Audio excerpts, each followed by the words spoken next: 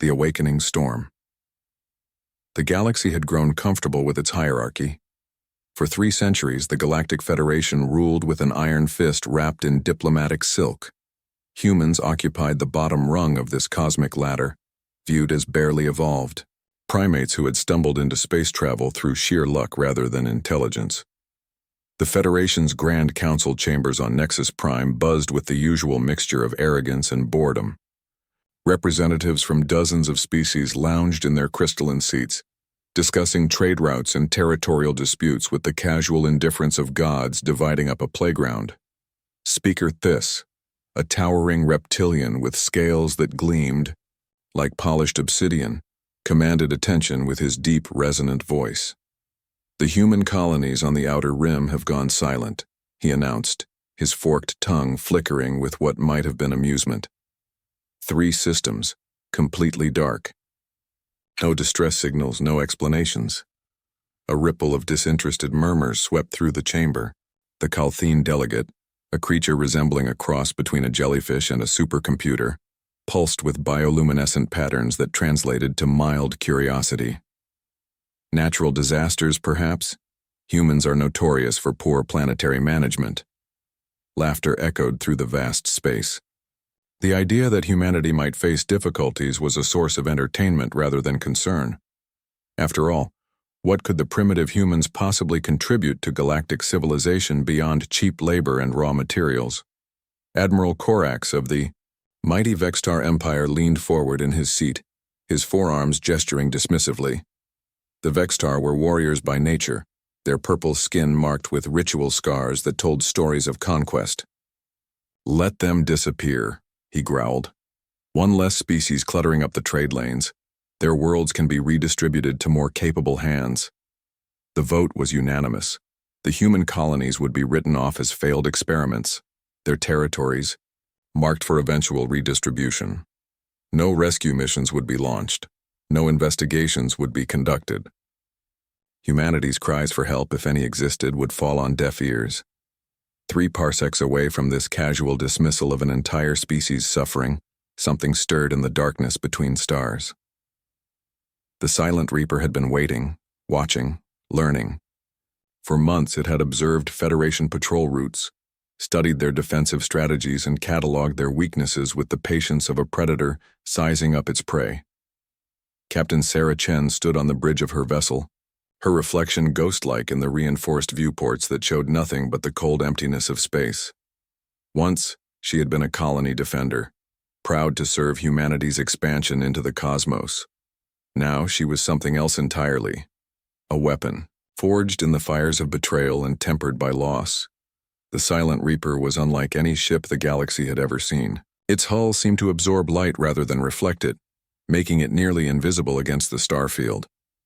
Advanced human technology, developed in secret over decades of perceived weakness, hummed quietly throughout its corridors.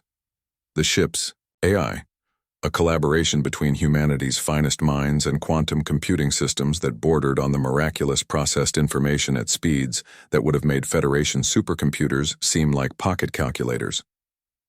"Ma'am," came a voice. From the tactical station, Lieutenant Zara Okafor, her dark skin bearing the ritual scars of her Nigerian ancestors, looked up from her displays with eyes that burned with barely contained fury. "We have confirmed positioning on the Vextar capital fleet. Admiral Corax's flagship is holding position above Calthera Prime, just as intelligence predicted." Captain Chen nodded slowly. Corax, the architect of the Kepler 7 massacre. The butcher who had laughed as human children were sold into slavery. Today, his laughter would end.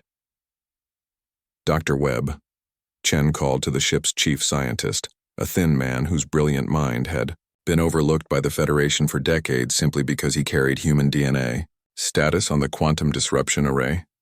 Marcus Webb adjusted his glasses nervously, a habit he had never quite shaken despite years of groundbreaking research. "Fully operational, Captain. The Federation still doesn't believe we've achieved quantum manipulation on this scale. They're about to learn otherwise." The bridge fell silent as the Silent Reaper began its approach. Unlike the thunderous warships of other species, it moved through space like a whisper, its revolutionary drive. Systems leaving no energy signature for enemy sensors to detect. The crew worked with the efficiency of a finely tuned machine, each member driven by memories of loss and a burning desire for justice.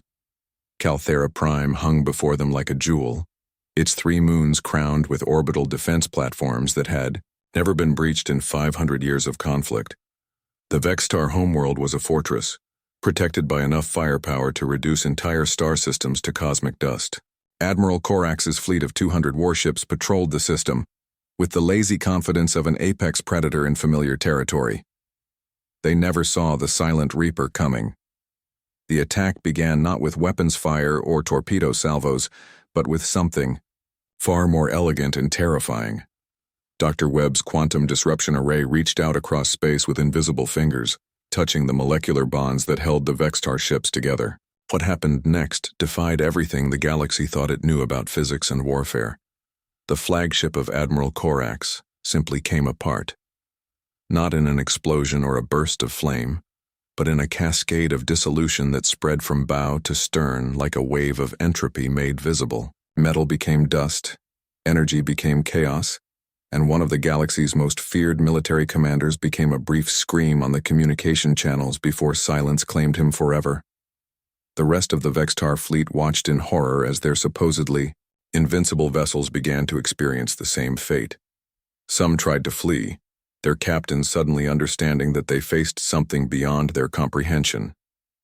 Others opened fire blindly into space, hoping to hit an enemy they could not see or detect. The silent Reaper remained invisible, untouchable, methodically working its way through the fleet with the precision of a surgeon removing a cancer.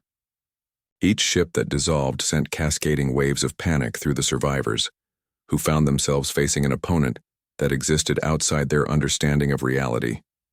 Within minutes, 200 Vextar warships had been reduced to their component, atoms.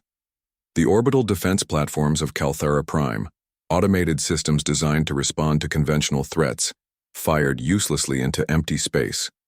Their sensors showed nothing. Their targeting computers found no locks. Their most advanced detection equipment registered only the background radiation of distant stars. Then the silent Reaper spoke. Captain Chen's voice, calm and clear, broadcast on all Federation frequencies with a reach that spanned half the galaxy. The message was simple, delivered in the measured tones of someone stating an undeniable fact rather than making a threat. My name is Sarah Chen, captain of the human vessel Silent Reaper. For 3 centuries you have treated my species as expendable.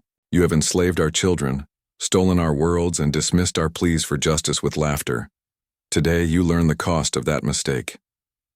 The transmission continued, accompanied by images that made Federation officials across dozens of worlds reach for their emergency protocols. The complete destruction of the Vextar fleet played out in horrifying detail, demonstrating technology that should not have existed and capabilities that redefined the balance of power in the galaxy. This is not a declaration of war, Chen's voice continued. War implies that you have a chance to fight back. This is a reckoning. Every species that participated in the suppression of humanity, every government that ignored our suffering, every individual who profited from our pain, you are all on our list.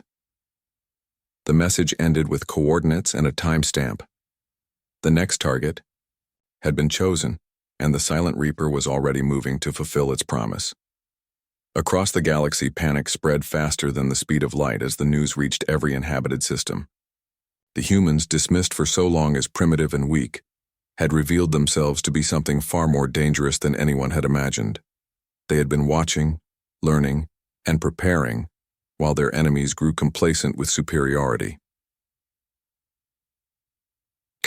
Nexus Prime Speaker Thighs convened an emergency session of the Federation Council. The chamber that had echoed with laughter just hours before now thrummed with desperate voices calling for fleets to be mobilized, defenses to be strengthened, and negotiations to be opened. But it was already too late. The Silent Reaper had vanished, back into the darkness between stars, and with it had gone the galaxy's certainty about humanity's place in the cosmic order. The age of human submission was over, and the age of reckoning had begun. In the depths of space, Captain Chen stood before her crew, survivors all, each carrying scars from the Federation's casual cruelty.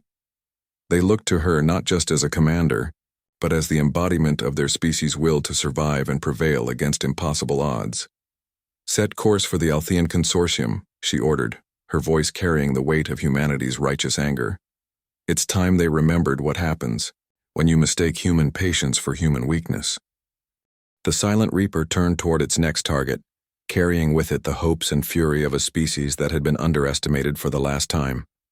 The galaxy would learn that humanity's greatest strength had never been their technology or their numbers.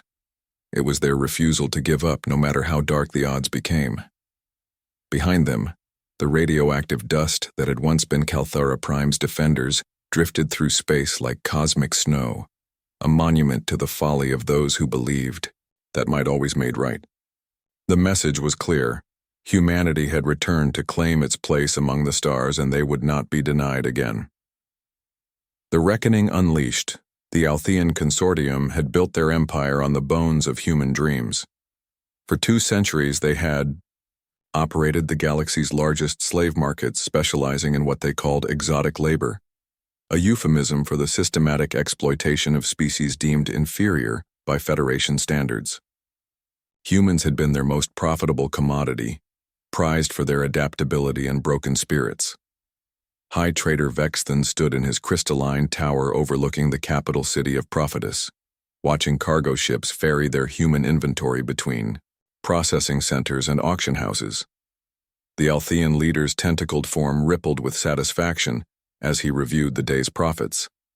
The news from Calthara Prime had actually increased demand.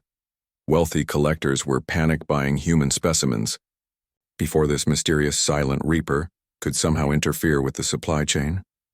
"Sir," his aide bubbled nervously, "perhaps we should consider increasing security measures. The reports from the Vextar system are quite disturbing." Vexthan's laugh was a wet, gurgling sound that echoed through the chamber. One lucky strike against Corax's forces. The humans got fortunate, nothing more. They lacked the strategic thinking for sustained warfare.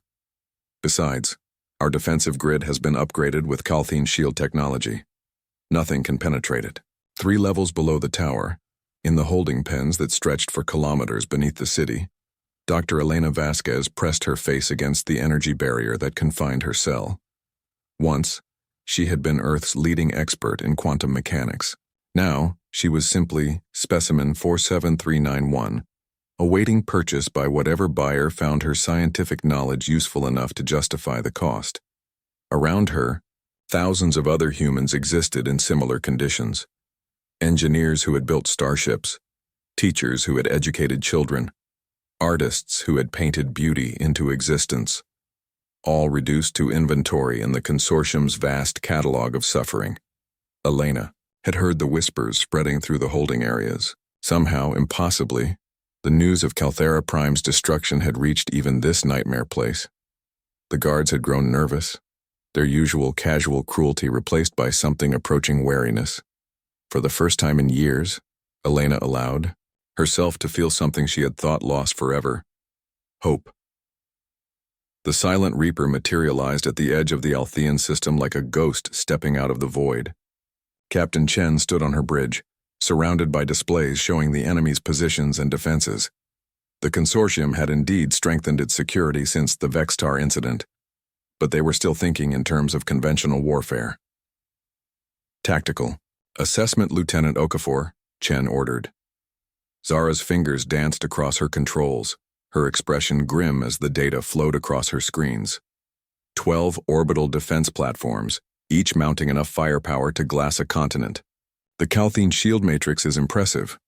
It could probably stop a direct assault by a Federation battle group. But not what we have in mind, Dr. Webb interjected from his station. The scientist's earlier nervousness had been replaced by cold determination. "Captain, I've been analyzing the shield harmonics. The Calthene technology relies on quantum field manipulation, but they're using an outdated frequency array. Our disruption system can create cascading resonance failures." Chen nodded slowly. The human crew of the Silent Reaper had spent years preparing for this moment, studying every aspect of their enemy's technology and psychology. Where other species saw invincible defenses, humans saw puzzles to be solved. "Begin the approach," she commanded. "Dr. Webb, prepare the resonance cascade. Lieutenant Okafor, target the slave processing centers first. We're here to liberate our people, not just destroy ships." The attack began with silence more terrifying than any weapon. The consortium's sensors detected nothing. No energy signatures, no gravitational disturbances, no trace of the approaching human vessel. The first sign of trouble came when the orbital defense platforms began experiencing what their automated systems reported as minor frequency fluctuations. Within minutes, those minor fluctuations became catastrophic failures. The Calthine shields, pride of the consortium's defensive strategy, turned against their creators in a display of quantum physics that would have been beautiful if it weren't so destructive.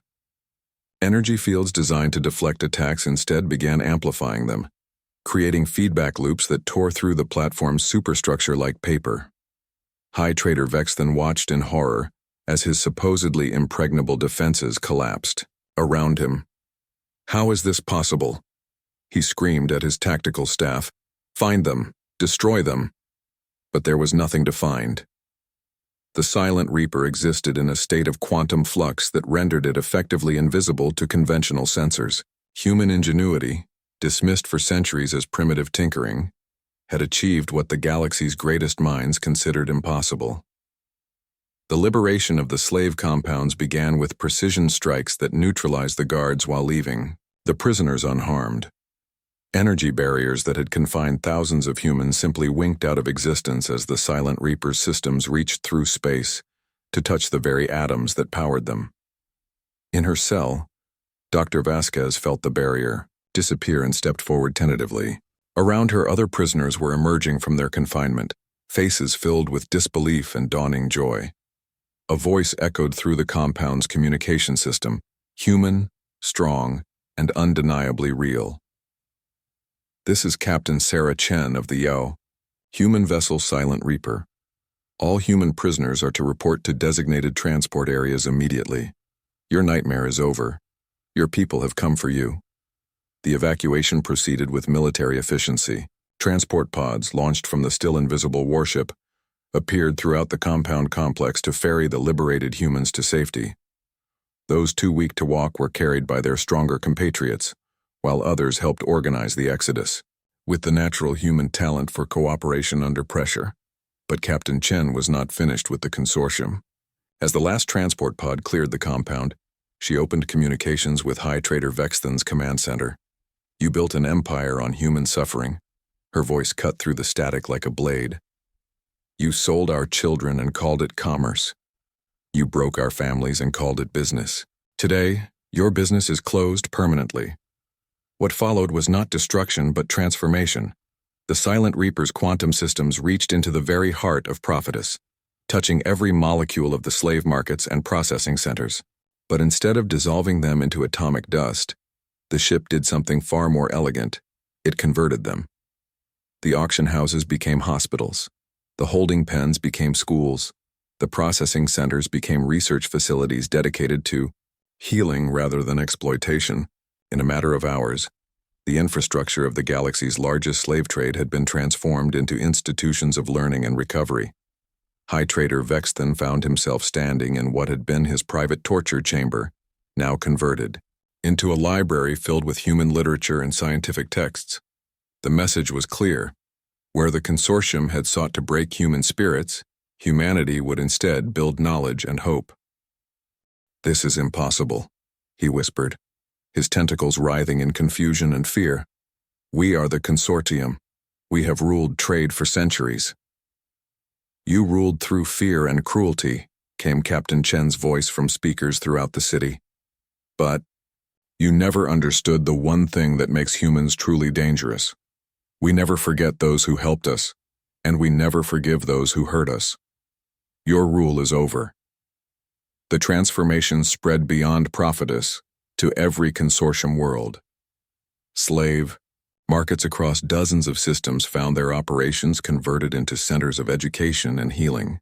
The economic foundation of the consortium's power The systematic exploitation of others had been not just destroyed but turned into its opposite. Across the galaxy, other Federation species watched the reports with growing terror. The humans had not simply defeated their enemies. They had demonstrated technological capabilities that bordered on the miraculous, ships that could not be detected, weapons that could restructure matter at the molecular level, and most terrifying of all, a strategic patience that suggested decades of careful planning. On Nexus Prime, Speaker Thys convened another emergency session of the Federation Council. The chamber was no longer filled with arrogant representatives lounging in comfortable seats. Instead, nervous delegates huddled together, their earlier dismissal of humanity replaced by something approaching panic. "We must negotiate," urged the Calthian representative, its bioluminescent patterns flickering with distress. "Perhaps we can reach some accommodation with the humans." "Negotiate?" Speaker Thys's voice carried a note of hysteria. "They've just demonstrated the ability to rewrite matter at will. What could we possibly offer them that they couldn't simply take?" The answer came in the form of another transmission from the Silent Reaper, broadcast across all Federation channels, with a reach that spanned the galaxy. Captain Chen's image appeared on screens throughout known space, her human features calm but implacable. "To the governments and peoples of the Galactic Federation," she began, "humanity extends an offer of peace. Not the peace of surrender that you once demanded from us, but the peace of equals who respect each other's right to exist." The terms were simple but revolutionary.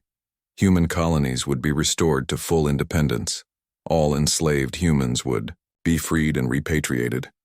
Reparations would be paid for centuries of exploitation, and most importantly, humanity would take its rightful place as an equal member of the galactic community. "You have seen what we can do when driven to desperation," Chen continued. "Imagine what we might accomplish as partners instead of enemies. The choice is yours, but choose quickly. Our patience, like our memory, has its limits." The vote was closer than it should have been, but ultimately fear of the Silent Reaper's capabilities carried the day. The Federation formally recognized human equality and agreed to the terms of what would become known as the Chen Accords. In the weeks that followed, the galaxy began to adjust to its new reality. Human colonies were restored with resources that their former oppressors had once hoarded. Universities were established to share human knowledge and innovation with species that had previously dismissed it. Trade agreements were negotiated as partnerships rather than exploitation schemes. Captain Chen stood once again on the bridge of the Silent Reaper, watching as the last of the liberated humans were transported to their new homes. Dr. Vasquez had joined her crew, along with dozens of other scientists and engineers who had been freed from the consortium's slave markets. "What now, Captain?" asked Lieutenant Okafor. "Do we remain on patrol?" Chen considered the question carefully. The Silent Reaper had accomplished its mission. Humanity was free, respected, and feared throughout the galaxy. But she knew that freedom was not a destination but a journey that required constant vigilance. "We watch," she said finally. "We explore the spaces between stars and remind the galaxy that humans are not to be underestimated. And if anyone forgets the lessons of Calthara Prime and Prophetess, we'll be there to provide another demonstration." The Silent Reaper turned toward the galactic rim, where new worlds waited to be discovered and new challenges beckoned. Behind it, the galaxy continued its slow adjustment to the reality of human equality, learning to see the species they had once dismissed as the remarkable survivors and innovators they had always been. In the end, humanity had not conquered the galaxy through superior firepower or overwhelming numbers. They had won through the uniquely human combination of patience, ingenuity, and the unshakable belief that no obstacle was truly insurmountable. The Silent Reaper had been their weapon, but their greatest strength had always been their refusal to accept defeat. The galaxy had learned to fear human vengeance, but more importantly, it was beginning to appreciate human friendship. And in the vast reaches of space, where new wonders waited to be discovered, that friendship would prove far more valuable than any weapon could ever be.